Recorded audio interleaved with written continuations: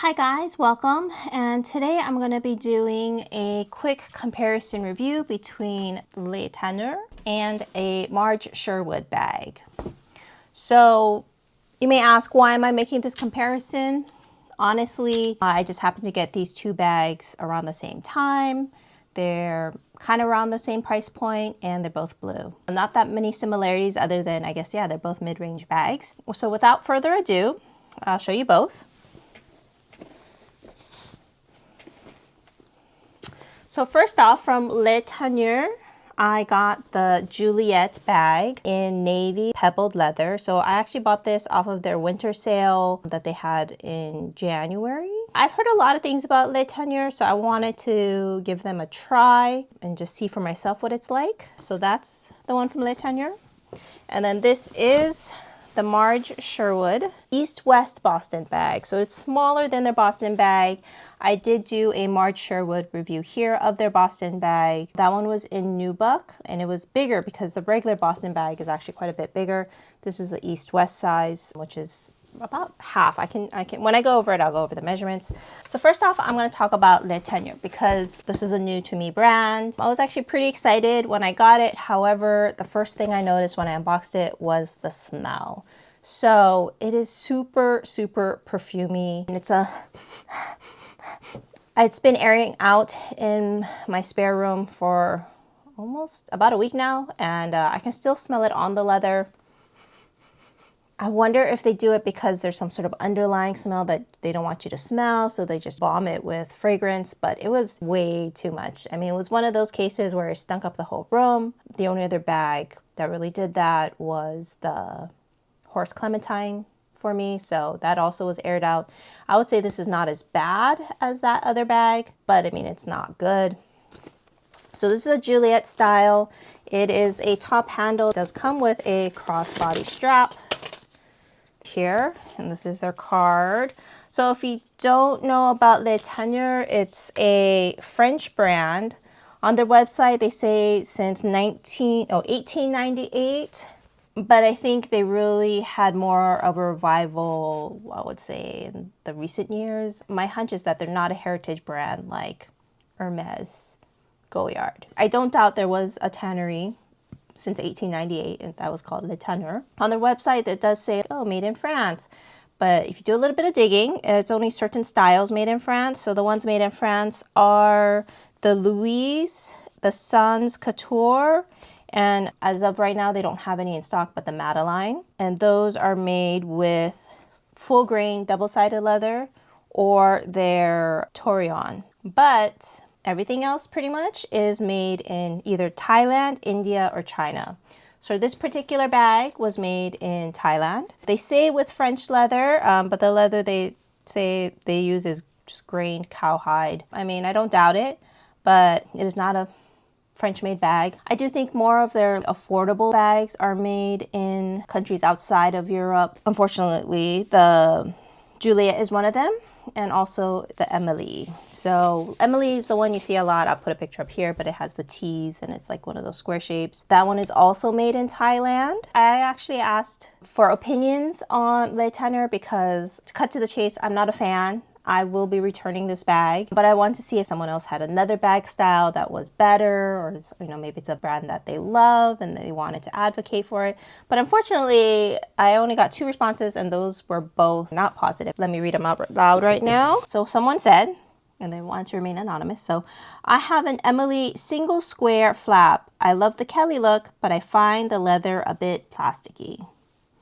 Yes, and then the other one, so this one is a Sam from Bargain Hunting Blonde. She says, I have a Raffy one, and also she did a whole video on how she didn't like the Emmy bag. So I didn't watch it yet because I didn't want her video to kind of affect my opinions, and so I will watch it right after this, but I will also link it below for you to watch. So, I mean, sounds like she didn't like it. I can kind of see why. So first off, this leather here is not great. I mean, it's sort of, I would say, standard kind of leather that you would find in like lower tier bags, you know. Yeah, there's definitely kind of a strange smell underneath the perfume, and I think there's a fairly thick coating of paint on it that makes it feel a little, yeah, it does feel kind of plasticky as well. So for reference or for comparison, I have my Pollen bag. Compare the Pollen with the Le Tanneur. So yeah, you can just see the grain, I feel like a little bit better with the Pollen bag. It's less plasticky for sure. And if we were to compare it also with Songmont, again, you can definitely see the grain much better on the Songmont bag. Again, the grain on the Le Tanneur bag is not as pronounced. I would say Songmont and Pollen are definitely using higher quality leather than Le Tanneur's Juliet bag.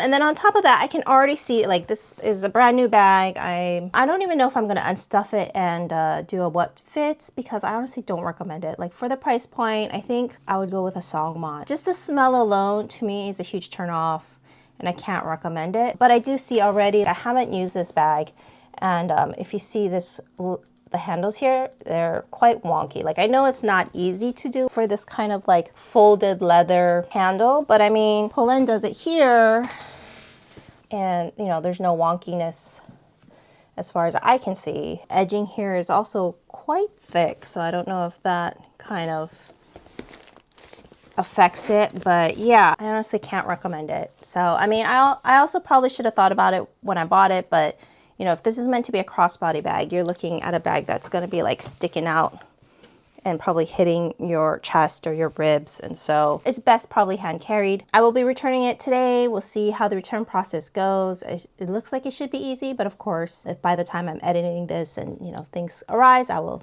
let you guys know. If you have good experiences with Le Tanneur, or if you have any of the bags that are actually made in France, I'd be very interested to hear more about it. If you could leave some comments below and share your experience. Otherwise, unfortunately, I'm probably going to just write off this brand. I actually just saw here too, like the zipper here, it's just wonky. Like overall, in general, I don't know. The quality is not what I expected. And then the other bag that I have today is the Marge Sherwood bag. Like I said, I did do a review of this already on the blog. I had the Boston bag in Nubuck. So the Boston bag, I'll put the measurements here. It's actually quite a bit bigger than this East-West Boston bag. And you know, I'm really into my East-West Boston bag phase, so it just kind of fits perfectly. I bought this actually off of eBay. So I was looking at W Concept, and that is where I purchased my first Marge Sherwood bag. But man, those tariffs, yeah, they really, even with any sort of discount, just a couple hundred more than what I paid for. So then I went on eBay to see if there's any used ones, and then I found this one that was being shipped directly from a shop in Korea.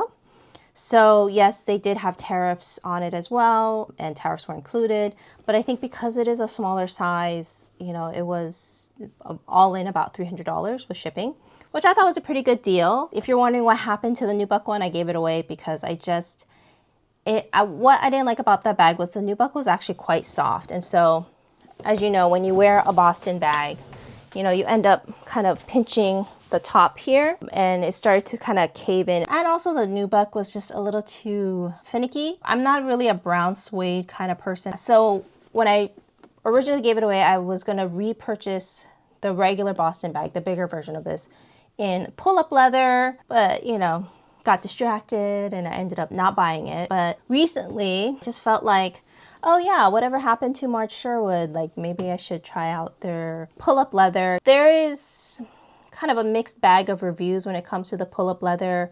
A lot of it is because this sort of leather is going to show every scratch. It's going to have a patina on it. And for me, I mean, I'm okay with it for the most part. Also because it's much more on the affordable side and it's supposed to look like that. I did talk in my Row East-West India review, another East-West bag, how I sold the Peggy clutch because I didn't like the scratches that were starting to show up and the patina of it all. But that one was a like $3,000 purse. So when it's $200 versus $3,000, like it makes a huge difference about what I can handle. So this, I don't mind it. So it did come already pre-scratched a little bit. So down here, as you can see, There is a scuff marks. Quality wise, I think it's still pretty good. Even the pull-up leather. I did notice that the leather edging on this one was a little bit rougher. And there was these notches. I don't know if you can see, but they had these like notches on them. I don't know if their quality is somewhat going down or if it's just this bag, because I don't recall having any issues with the edging or the handles. It's sort of a pet peeve. Like if I'm holding rolled handles or any handles really, I want it to feel nice and comfortable. And then when the leather edging has nicks or if it's rough, I'm just not a fan. So I don't remember it being like that for the larger Boston bag. Inside is their characteristic Marge Sherwood lining. I don't know, for some reason I thought it used to be shinier. And it says made in Korea. Inside there is a zipper pocket. And on the other side is a flat pocket. So I also like this smaller size better because I did find that the regular Boston bag was pretty big, and especially since the nubuck was not as structured, it would look kind of wonky if I just threw a couple things in there and then I would carry it like this. I also noticed that, you know, that the regular Boston bag is a lot thicker, so when I put it under my arm, it would get more easily like squished, and then the nubuck, because it's not structured, would be squished. If you guys are interested, I could do a full review, but I feel like there is a lot of Marge Sherwood reviews out there already. In general, my opinion is that for the price point, it is a good value. I think if you are looking for something a little more formal, a little more pristine, then, you know, you spend a couple $100 more, you can get something from Poland or from Songmont, and that might be a little bit more up your alley. I feel like in general, Marge Sherwood is a trendy, casual type of bag, and especially with pull-up leather, you expect to see marks. For this one, I will show you what fits, so let me grab the bag that I'm using right now. So this is the bag that I'm using right now. It is the Row East West India bag. Like I said, I did a review on it. Let's see what fits. All right, so first, sunglasses, wallet, mom pouch, hand sanitizer, sunscreen, 2 lip balms, and yeah, fits quite easily. Let's see if a water bottle will fit on top of that. Water bottle, let's see. Okay, so yeah, water bottle does fit. Let me see if I can move some things around. Oh yeah, there you go. So there you go. Nice. So essentials plus water bottle, and then you just put it on your shoulder. Very comfortable. Actually, I also appreciate that this comes with the shoulder strap. I don't know what is this called? A joiner. Anyways, as I mentioned in my Row East West bag review, when I compared it to the Machino, having this connector does make it so that the second strap doesn't easily fall off your shoulder. And then I also appreciate that Marge Sherwood bags come with 2 zippers. So, you know, you can zip from either direction. I think for my daily essentials, if I'm not carrying a lot, it's a much better size for my daily needs. As you can see, compared to the Row bag, is quite a bit smaller. But it looks like the strap drop is about the same, which for the Row is, I think, 8.5. But yes, you can see that the Marge Sherwood bag is a lot smaller. So yeah, I'm actually very happy with this purchase. I will update you with the wear if there's anything egregious, if I don't think it's a good value anymore. But as of right now, I do think it is a great value. And if you don't need to carry a lot, I highly recommend the East-West size over the regular Boston size. Actually, so forgot. Let's just weigh it real quick.